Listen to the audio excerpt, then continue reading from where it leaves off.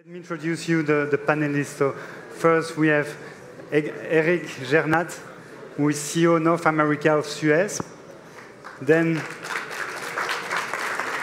we have Evan Harvey, who is global head of sustainability at Nasdaq. And finally, but not least, Anna Pavlova, who is VP Government Relations at Schneider Electric. Please have a seat. So the theme of the panel is how businesses can address the climate challenge. And before starting the panel discussion, I want to thank the French founders for two reasons. First of all, for having a panel on such an important topic. I am biased, of course, but I believe that climate change is the largest issue we face in the 21st century.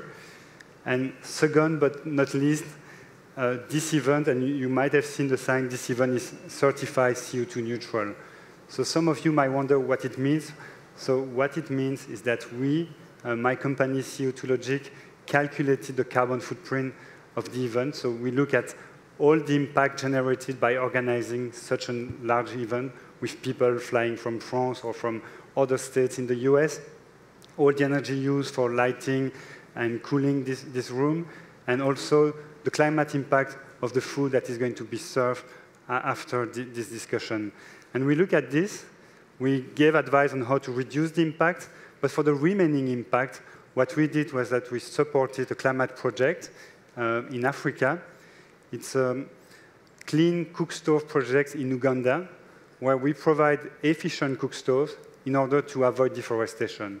So this is one way to balance out the carbon emission that we will emit today by supporting people that suffer the most from climate change. Before asking my first question, and I know you are here to listen to these fabulous speakers and their amazing experience in climate action, but before I want to give a few figures which I think are important to understand the scale of the issue.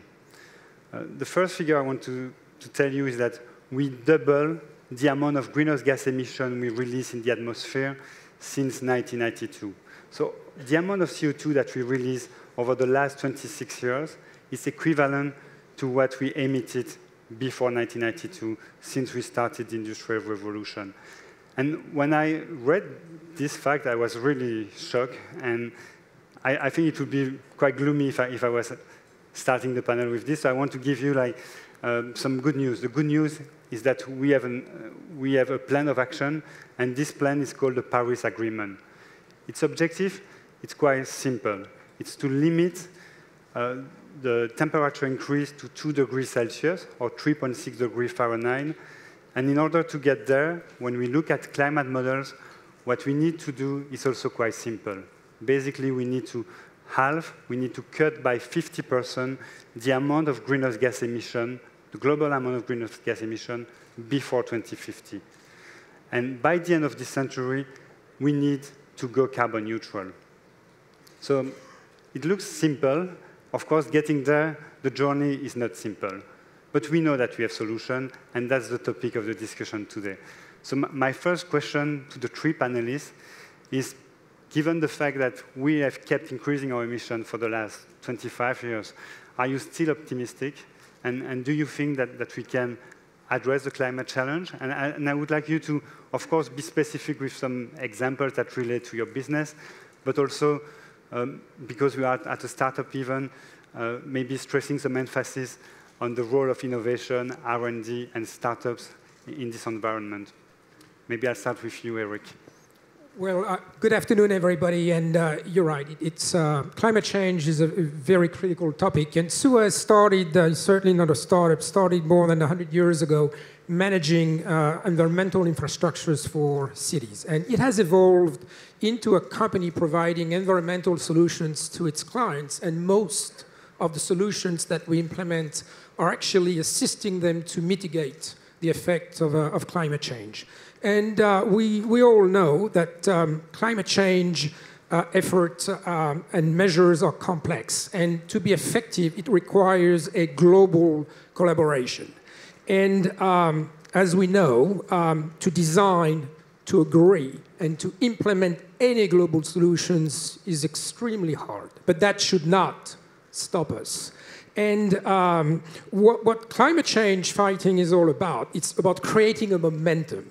And around the world, there's a number of thought leaders that are advocating measures to fight against climate change, and it is creating a momentum. But in order, and that was your point, in order to continue to grow and accelerate that momentum, we need to broadly engage with the public opinion, and we need to generate political goodwill so that effective regulations are actually put in place. I've seen in many, many places that whenever adequate regulations are in place, it drives the right behavior, and it incentivizes companies, cities, industries to put in place the right solutions. And look, Suez, you know, we are very passionate, and we certainly strongly advocate that there are innovative and effective ways to fight against climate change. Thank you, Eric. Evan, maybe can you give your perspective at Nasdaq? Yeah, sure. I mean, I have a couple of perspectives. One is from the point of view of Nasdaq as a public company of a modest size who does business in the US and in Europe. And there are lots of things that we can do to sort of become more responsible and drive our footprint down and be more aware of the emissions and other things that we're driving. But I think that the scale of what I work on outside of Nasdaq is probably more germane to your question, which is a couple of stock exchange partnerships that are looking at ESG, transparency, and climate reporting for every public company on Earth. There are about 80 stock exchanges, and 70 or more of them are part of one of these two projects. And they're looking at everything that companies can do to be more transparent with investors specifically, but also with other stakeholders like their employees and prospective employees and their board members. So I'm encouraged by the fact that we do have this sort of movement in the business community globally to be more transparent about usage and be more understanding about a transition to renewables. I am encouraged that the investment community has met businesses halfway in trying to drive capital in those directions. But I am less optimistic that we are going to, you know, get to the meat of your question, which is solve climate change. I think we're going to be dealing with an adaptation at best in the future. And just like in any other business scenario, the companies that can adapt to a changed climate, changing resources, depleted resources are going to be the ones that win. Thank you. Anna? So at Schneider, we like to say that we believe that the balancing our carbon footprint with our need for energy is in our DNA. And at the same time, we're a 182-year-old company from southern France. And we obviously have thrived and survived this far with our sustainability platform. So the message here is you can't be a big and growing or small business, still have sustainability and carbon emissions reductions commitments and still thrive. And we believe that economics bear that out. We see some global trends. One is decarbonization. The other one is decentralization of energy. And the third one is digitization. And as such, that's how we operate. That's what we look at. And one of the things that we do, we've committed 2 years ago to spend 10 billion euros over 10 years in sustainable product development. And we, of course, invest in startups and smaller companies that have sustainability as part of their messaging or part of their product.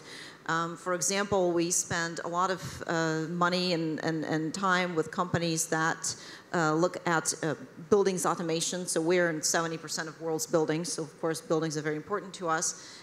Those products now are so granular and so detailed, then they can reduce energy not just for a house with a lot of with a large bill, but for low-income communities as well.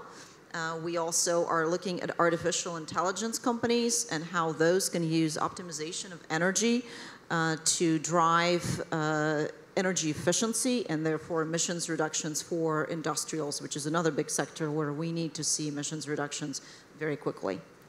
Thank you, Anna, for this very specific example.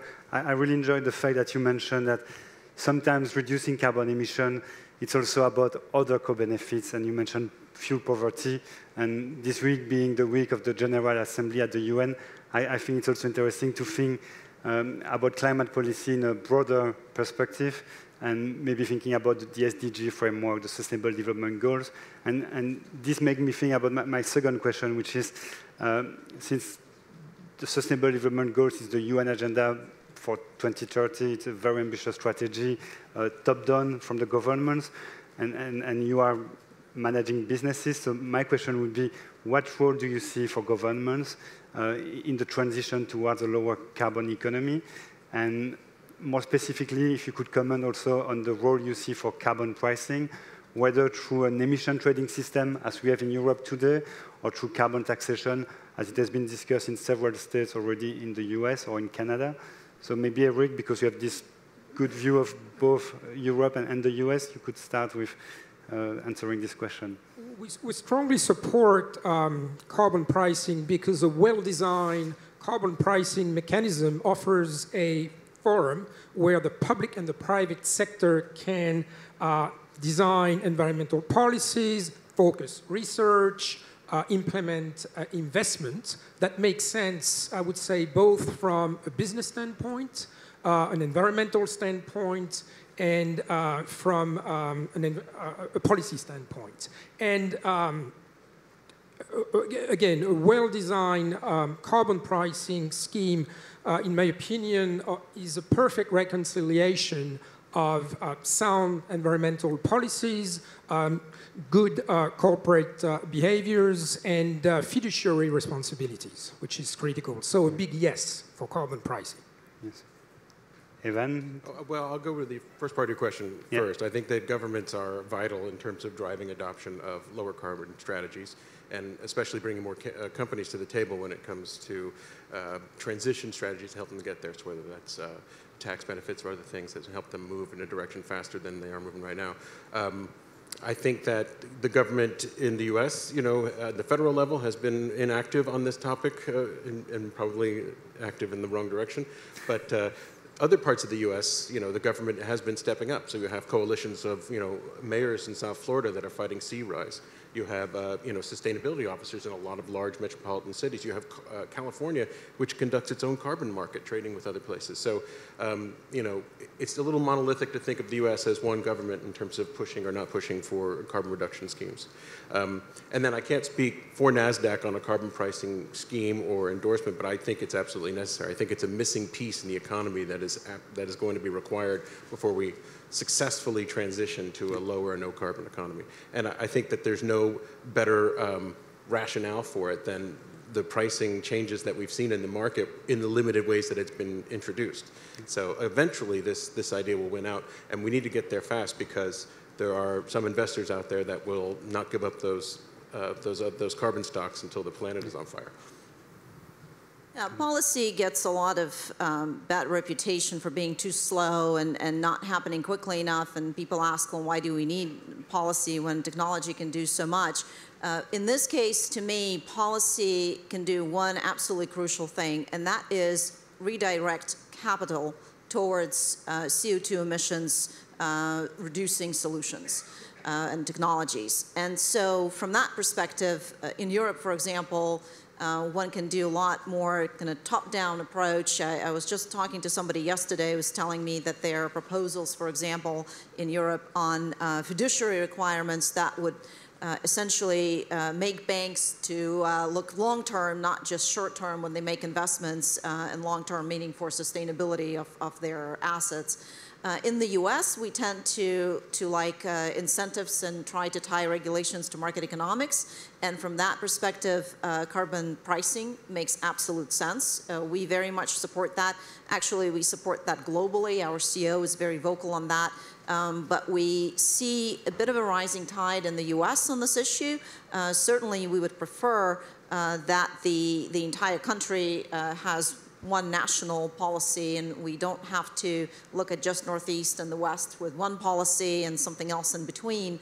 But nevertheless, we think that there are enough corporations out there now who come to these events, who were in California 2 weeks ago, that are dedicated to driving policy as well as driving their own technologies in that direction. And so I do think we will start seeing some real conversation on carbon pricing in the US at some point soon. Okay, thank you.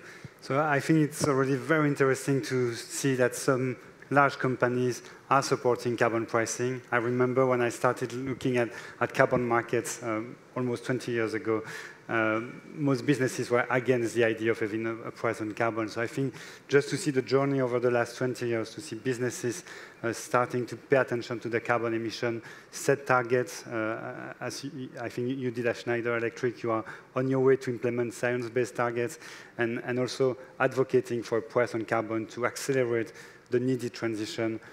This makes me hopeful that we will be able to solve this, although of course we know that there will be more hurricanes and we will need also adaptation because temperatures are already increasing today. Thank you very much for your attention and enjoy the lunch. Thank you.